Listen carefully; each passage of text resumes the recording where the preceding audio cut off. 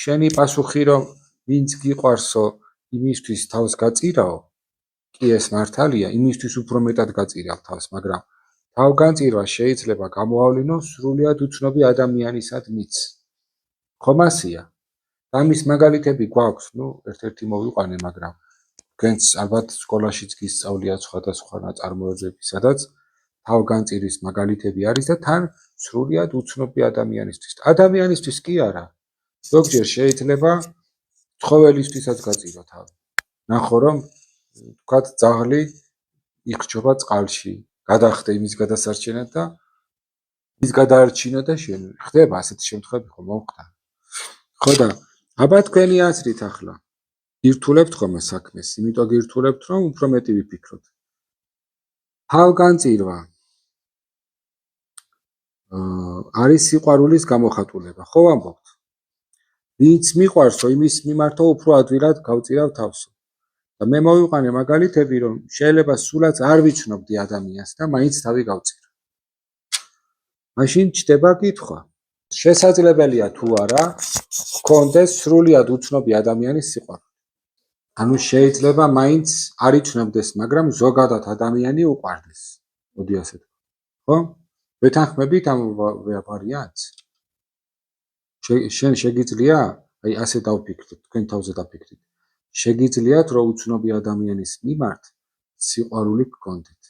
ნახეთ, სიყვარული რომ გქონდეს ადამიანის მიმართ, ელემენტარულად რაღაც შეხება უნდა გქონდეს, უნდა იცნობდე, ხო? მოგიწია თქვათ ახალ კლასში გადასვლა. ხო და შეხვედი კლასში და სრულიად უცხო ბავშვები ზიანი.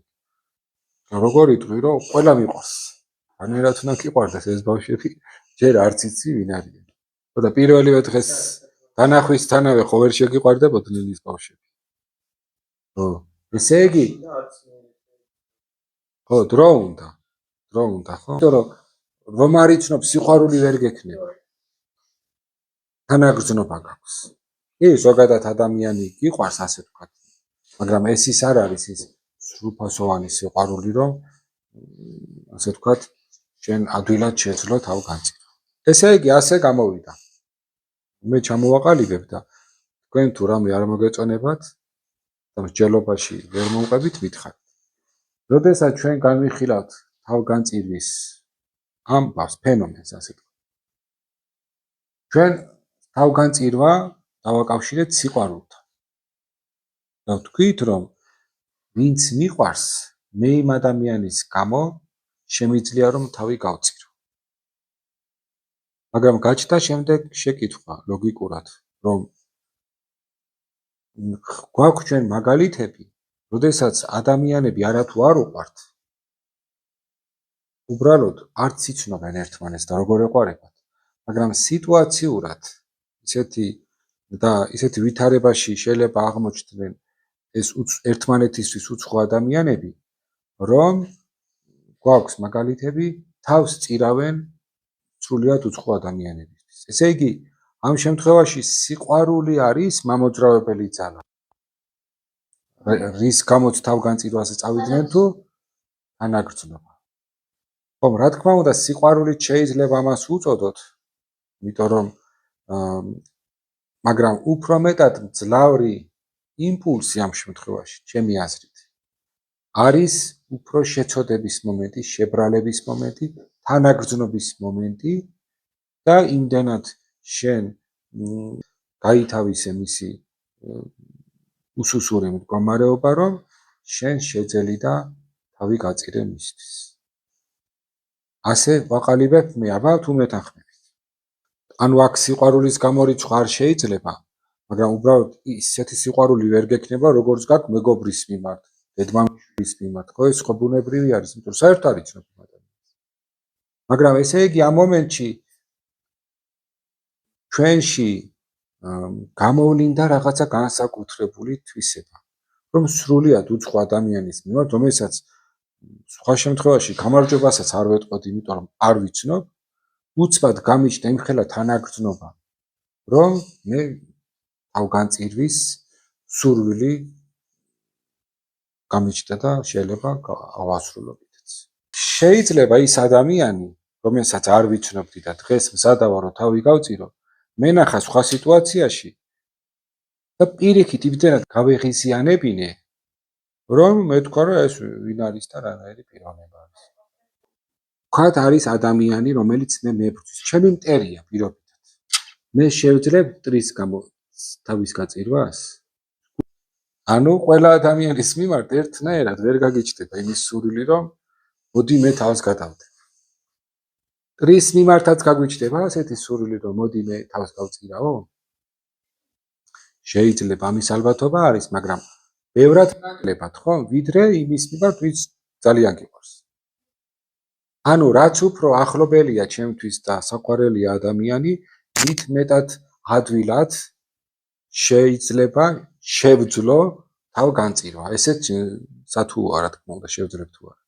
ანუ ვიღაცას ისიც შეუძლია, რომ მტრის გამოც გაწიროს თავი. და ხომ შეუძლია და ასეთი შემთხვევები ხო ყოფილა.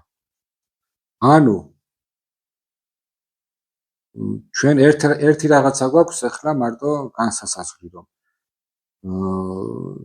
მხოლოდ და მხოლოდ სიყვარულის გამო წირავთ თავს თუ შეიძლება იყოს სხვა რაღაცა გრძნობები, რის გამოც შეიძლება მე თავი გავწირო ადამიანისათვის.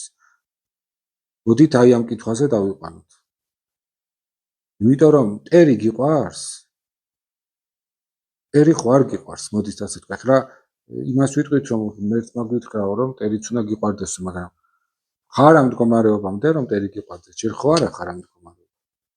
შესაბამისად, მტრის გამო თუ მე შევძელი თავ განწირვა, იმიტომ რომ ისეთ სიტუაციაში ვნახე, რომ შემებრალა, ნუ მე ესეთი განცდა მაქვს, რომ თავარი არის სიბრალური და თანაგრძნობა, რაც მიჩნდება განსაცდელში ყოფი ადამიანისადმი. წესით ასია. და ამ შემთხვევაში შეიძლება თავი გაწირო სიბრალურისთვის, შებრალების გამო და თანაგრძნობის გამო. ხომ შეიძლება? თუ მაინც და მაინც სიყვარული უნდა მქონდეს, მაგრამ სიყვარული როგორ მექნება, როცა მტერია? იმ დროს შემიყვარდა განსაცდელში როა? მანამდე არ მიყვარდა და განსაცდელში როა იმ დროს ხო ვერ შემიყვარდება? იმ დროს შემებრალა. აბა ეხლა თუ მეთანხმებით სრულად. კონი გავედით ბოლოში. ანუ შევაჯამოთ ეხლა. მე შემიძლია, თუმცა შემიძლია თუ არა ესეც საკითხია, თავი გავწირო იმ ადამიანის მიმართ, ვინც მიყვარს. ყოველ შემთხვევაში რო ვფიქრობ, ვინც მეტად მიყვარს, მის გამო უფრო მეტად ადვილად გავწირა თავს თუ ქვი ამას ადვილად გასაკეთებელი საქმე. მაგრამ ვისაც არ ვიცნობ, მის მიმართ, რა თქმა უნდა, არ მექნება ეს სიყვარულის გრძნობა. თუმცა შეიძლება მიუღებლობა მქონდეს იმ პიროვნების მიმართ. მაგრამ იმის გამო შეიძლება თავი გავწირო, როცა ვნახავ განსაცდელში მყოფს.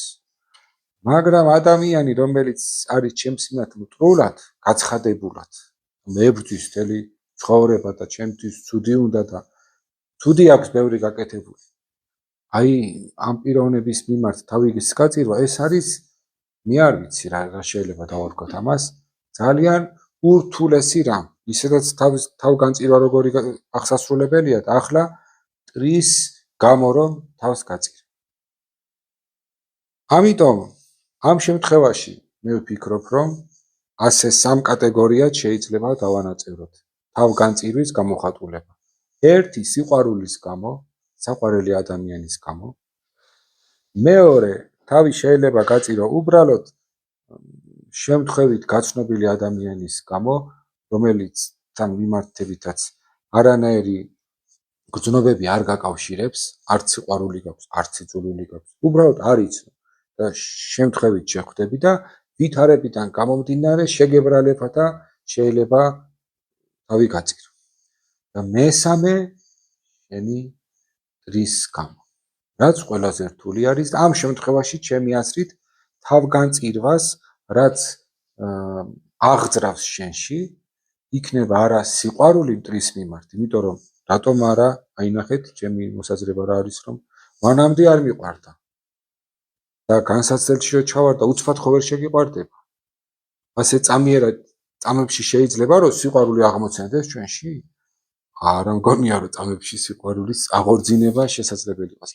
არამედ აქ უკვე ძლიერი აღმოჩნდა ჩვენში თანაგრძნობის, შეცოდების განცდები, შებრალების განცდები და აი ამ განცდებიდან გამომდინარე მე შეიძლება ეს გავაკეთო. თუმცა რა თქმა უნდა ალბათობა იმისა რომ ეს გავაკეთო ძალიან მცირეა იმასთან შედარებით, ვიდრე გავაკეთებ საყვარელი ადამიანის მიმართ. იქაც გავაკეთებ თუ არა ამ უკანასკნელ შემთხვევაში. ეგეც ხომ საკითხია. მე ასე ჩამოვაყალიბებდი. რამდენად თუ გაქვთ ახლა რამე საწინააღმდეგო და რამეში ვერ თანხდებით, მითხარით რომ დავამთავროთ ეს